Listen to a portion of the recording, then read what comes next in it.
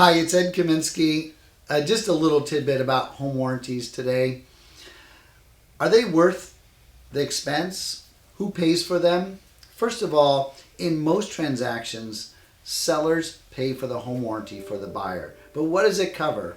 Do you have a head-to-toe warranty on everything your house does wrong once you own it? No, you do not. However, is it worth having one? Absolutely. Home warranties cover most of the components in a home that break down. And that could be electrical, plumbing, appliances, and things like that. The unusual thing with home warranties is they're not very expensive. For $500 or somewhere in that range, a seller can provide a home warranty, and your furnace breaks, your stove breaks, your water heater goes out, you're covered.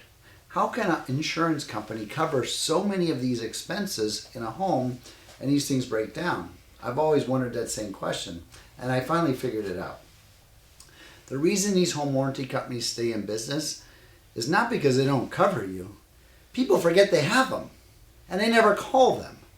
The most important thing about a home warranty is remember you have it. Everybody forgets. The plumbing goes out, who do you call? The plumber, because your house is flooding. Don't call the plumber. Call the home warranty company. Your electrical's not working. Your stove stops working. Call the home warranty company. They're going to come out.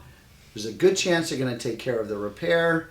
Most of the cost is going to be on them. You may have a small deductible.